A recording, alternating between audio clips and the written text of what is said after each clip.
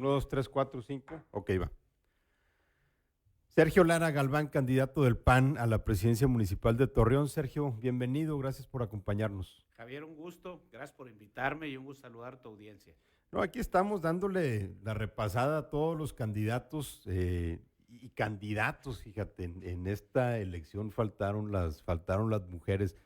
Pero lo que sí vimos, Sergio, es que de repente se pobló, ¿no? El campo de juego, llevamos 5 candidatos y en tu caso, la candidatura del PAN, pues es una que se suponía que iba a ir en una alianza con el PRI.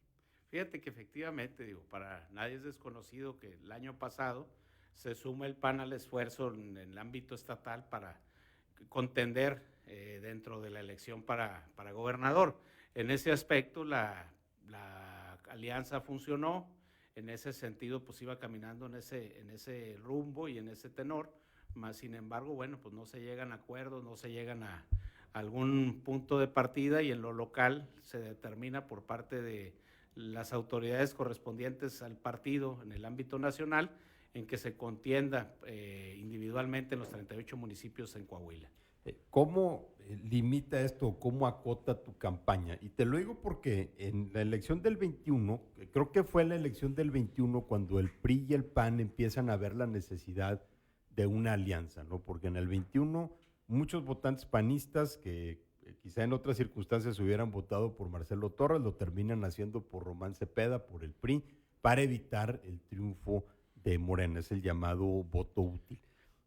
¿Cómo limita tu campaña? Porque tú estás compitiendo finalmente contra un alcalde que está buscando la reelección, en donde el PRI es percibido como el partido dominante, en donde la gente pudiera decir, pues sí me cae bien Sergio Lara y yo soy del PAN, pero no quiero dividir el voto antimorena, voy a votar por el PRI. Fíjate que ese argumento y ese discurso del voto útil ya ha sido muy utilizado desde el 2020 y precisamente bajo el argumento de que no llegue tal o cual partido. En ese sentido, nosotros dentro de las propuestas que estamos haciendo de manera seria y de manera muy responsable, pues lo que estamos buscando es convencer a la ciudadanía para que vote por la opción de Acción Nacional. En ese aspecto, digo, al final del día, el elector es quien tiene la decisión en sus manos. Yo lo que he estado promoviendo dentro de la campaña que hemos estado desarrollando propiamente es que voten, pero se fijen muy bien en lo que van a hacer en relación al perfil de cada uno de los postulantes, independientemente de partido, de situación política en el momento, que revisen, comparen, cotejen las propuestas y en su momento puedan normar criterios para una decisión bien informada. Tú vienes de una trayectoria política ya larga dentro del PAN, incluso también dentro del municipio, en el ayuntamiento, y luego fuiste secretario del ayuntamiento durante 4 años, la administración de Jorge Cermeño, incluso alcalde interino en el 21, si no me equivoco, durante un lapso. Es decir, no eres extraño ni a la política, ni tampoco a los problemas de Torreón. ¿Cuáles son las áreas que cuando ustedes en la administración que termina en 2021 dijiste, híjole, esto lo dejamos pendientes, lo quiero retomar si alguna vez llego a ser alcalde? Fíjate que uno de los grandes retos que enfrenta Torreón, y esto viene siendo por la falta de atención o de un plan rector a mediano y largo plazo, es el tema del agua.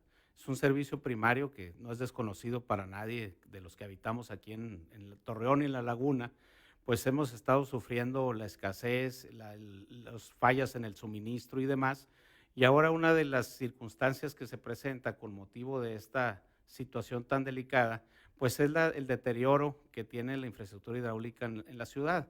Sabemos por las noticias, por las investigaciones, porque estudios hay de todos los calibres, que el 45% del agua dentro de conducción hacia los hogares, comercios y demás se desperdicia. Esto tiene que ver precisamente con un efecto que genera la consecuencia de tener baja presión en los momentos de alto consumo, que son las épocas de calor prácticamente más de la mitad del año, y que de manera necesaria urge una intervención seria y una inversión dirigida propiamente a este rubro. En ese aspecto también lo que nos hemos percatado, ya teníamos el conocimiento, porque antes de entrar a campaña se hizo un análisis y un diagnóstico, pero el nivel rebasa cualquier expectativa, es el tema del drenaje, Javier. Es una situación muy complicada. También te quisiera decir el tema del transporte, que entró en un impasse por el proyecto del Metrobús, ¿Por qué entró en un impasse? Porque ni se renovó el parque vehicular, ni se modernizaron las rutas, ni mucho menos, ¿no? Eh, Entonces, son temas que están ahí sobre la mesa. Pero entonces no te diría un votante, si llegas tú a una colonia y comentas esto, por ejemplo, no te diría, oiga, pero pues si usted ya trabajó en el ayuntamiento 4 años y no lo arreglaron.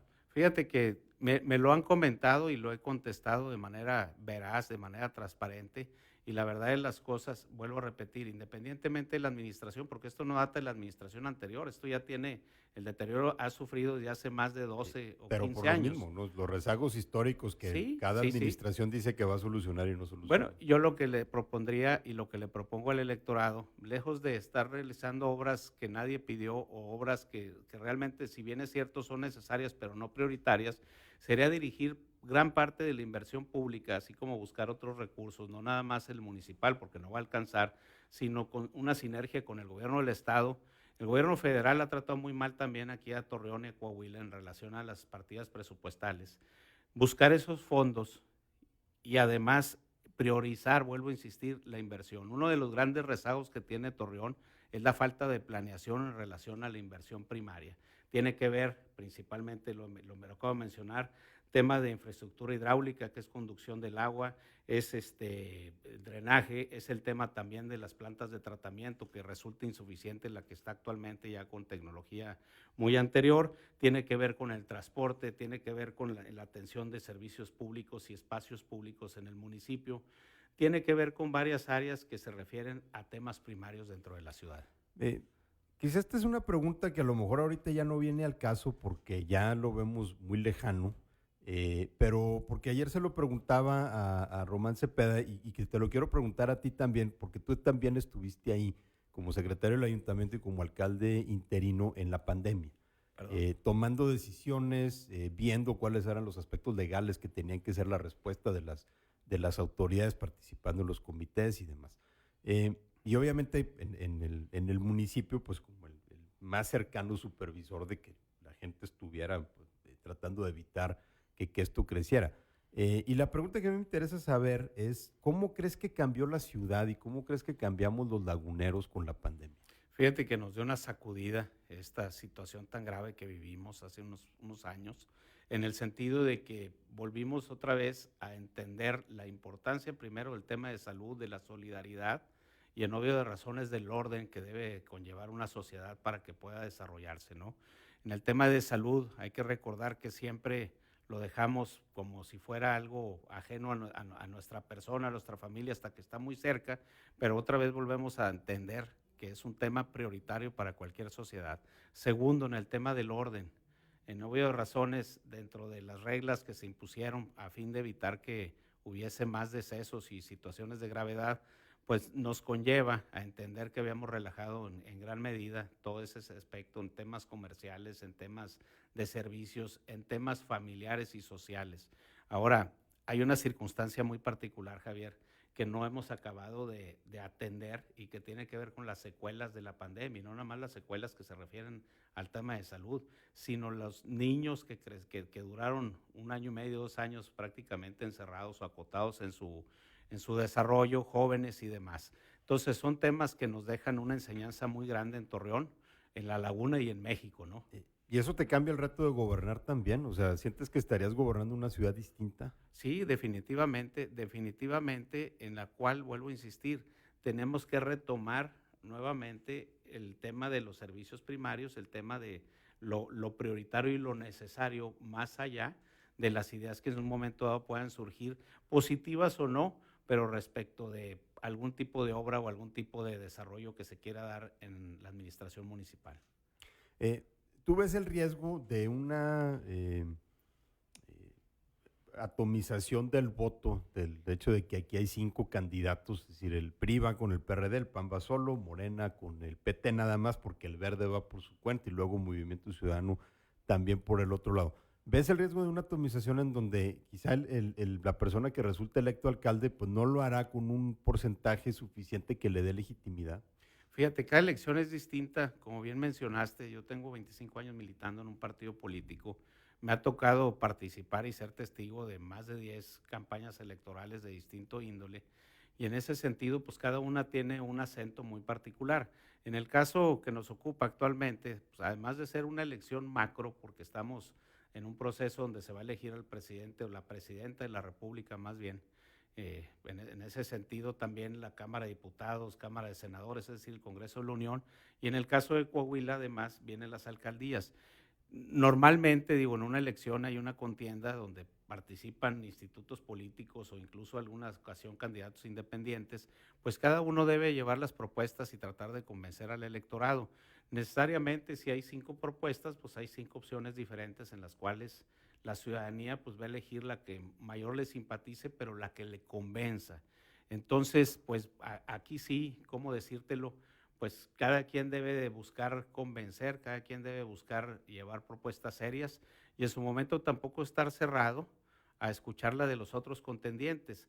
Pero algo muy importante, Javier, que mencionas es escuchar a la ciudadanía. Más allá de los diagnósticos, de las investigaciones y elementos que se tengan de parte de los equipos de campaña, para mí ha resultado enriquecedor escuchar de cerca a la gente y que la propia gente te diga qué es lo que está padeciendo, qué es lo que está careciendo en su sector. Y el PAN trae a sus fuerzas alineadas, porque vimos, para empezar, mucha polémica en descontento y enojo con Marco Cortés, el líder nacional del PAN, que luego vino a Torreón, se llevó ahí una protesta en el mismo comité municipal del PAN, una serie de recriminaciones sobre que si fue fulano o si fue sutano el que le calentó la cabeza para que luego saliera a romper el acuerdo y demás.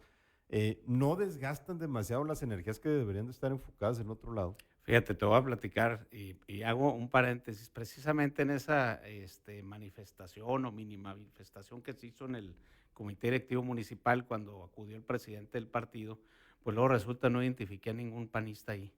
La realidad de las cosas son organizadas también, pero al final del día, pues hay... Pero no puedes negar que había un No, descontento es que con mira, Marco Cortés. el PAN es un partido que no es de líneas, no es un partido donde la gente se le obligue a seguir tal o cual idea o tal o cual tendencia. Aquí somos libres pensadores, siempre ha habido discusión en el PAN, es algo que le enriquece.